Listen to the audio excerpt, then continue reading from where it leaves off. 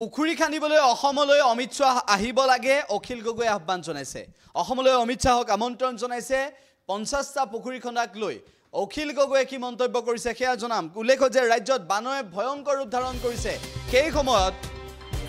অমিত শাহৰ প্ৰসংগ আহি পৰিছে অমিত শাহে পুখুৰী খন্দাক লৈ পুখুৰী খানিলে বান নিৰ্মূল হ'ব বান সমস্যা সমাধান হ'ব এনে ধৰণৰ বিষয় সন্দৰ্ভত যি বক্তব্য ৰাখিছিল তাৰ পিছতে অখিল গগৈ গৰজি উঠিছে আৰু অখিল গগৈয়ে এই সন্দৰ্ভত মন্তব্য কৰিছে অমিত শাহক অসমলৈ আমন্ত্ৰণ জনাইছে বানপানী সমস্যা নিৰ্মূল কৰিবলৈ হলে পুখুৰী খানিব লাগিব আৰু সেই পুখুৰী অমিত শাহে খানিব নেকি বুলি প্ৰশ্ন কৰিলে অখিল গগৈয়ে আৰু অমিত শাহক অসমলৈ আমন্ত্ৰণ জনাইছে পুখুৰী খানিবলৈ ৰাজ্যৰ দলৰ সভাপতি শিৱসাগৰ সমষ্টিৰ বিধায়ক অখিল গগৈয়ে এই আহ্বান জনাইছে অখিল গগৈৰ এই আহ্বানৰ পিছত কেনেদৰে প্ৰতিক্ৰিয়া ব্যক্ত কৰে বিজেপিৰ নেতাসকলে সেয়া হ'ব গুৰুত্বপূৰ্ণ কিন্তু কেন্দ্ৰীয় গৃহমন্ত্ৰী অমিত শাহক পুখুৰী খান্দিবলৈ অসমলৈ আমন্ত্ৰণ জনাইছে অখিল গগৈয়ে এই সন্দৰ্ভত কেইবাটাও মন্তব্য কৰিছে অসমলৈ পুখুৰী খান্দিবলৈ অমিত শাহক আমন্ত্ৰণ জনাইছে আৰু অমিত শাহ অসমলৈ পুখুৰী খান্দিবলৈ আহক এই সন্দৰ্ভত অখিল গগৈয়ে সংবাদ মাধ্যমৰ সন্মুখত আজি কেতবোৰ মন্তব্য কৰিছে লগতে আমি আপোনালোকক জনাব বিচাৰিছো বানপানী সমস্যাই যিটো সময়ত ভয়ংকৰ ৰূপ ধাৰণ কৰিছিল সেই সময়ত অমিত শাহক অসমলৈ পুখুৰী খান্দিবলৈ অখিল গগৈ মতাৰ পিছত নতুন ৰাজনৈতিক এক বিতৰ্কৰ যে সৃষ্টি হ'ব সেয়াও প্ৰায় চূড়ান্ত হৈ পৰিছে মানে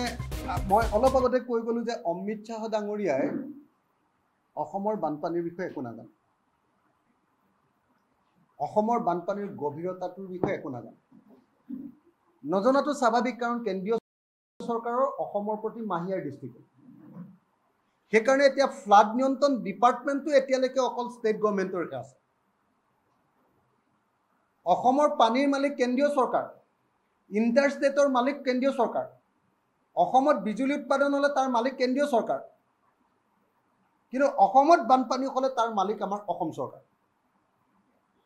বানপানীৰ গৰাখহনীয়াৰ মালিক আমি ৰাজ্য চৰকাৰ হিমন্ত বিশ্ব শৰ্মা তাৰ মালিক আজিৰ দিনটো আৰু নৰেন্দ্ৰ মোদী মালিক ইয়াৰ পৰা উৎপাদন হোৱা ইলেক্ট্ৰিচিটি বিলাকৰ টকাৰ মালিক ইয়াৰ পৰা যদি নদী সংযোগ কৰি পানী বেলেগলৈ উৰুৱাই লৈ যায় তাৰ মালিক হ'ল কেন্দ্ৰীয় চৰকাৰ যিহেতু কেন্দ্ৰীয় চৰকাৰে অসমক সদায় মাহিয়াৰ দৃষ্টিকোণেৰে চায় তেওঁলোকৰ আটাইতকৈ ডাঙৰ প্ৰতিশ্ৰুতি আছিলে 2021 চনৰ নিৰ্বাচনৰ আটাইতকৈ ডাঙৰ প্ৰতিশ্ৰুতি বিজেপিৰ আছিলে যে অসমক বানমুক্ত কৰিব বানমুক্ত অসমীয়া আছিলে আটাইতকৈ ডাঙৰ প্ৰতিশ্ৰুতি এই প্ৰতিশ্ৰুতি জেপি নাড্ডাই দিছিলে এই প্ৰতিশ্ৰুতি গৃহমন্ত্ৰী অমিত শাহে দিছিলে এতিয়া বানপানীৰ পৰা মুক্ত কৰিবৰ কাৰণে ভাৰতবৰ্ষৰ ভিতৰত আটাইতকৈ বেছি বানপানী হয় অসমত 10.2% মাটিত ভাৰতবৰ্ষৰ যিমান বানপানী হয় তাৰ 10.2% মাটিত অসমৰ বানপানীটো হয়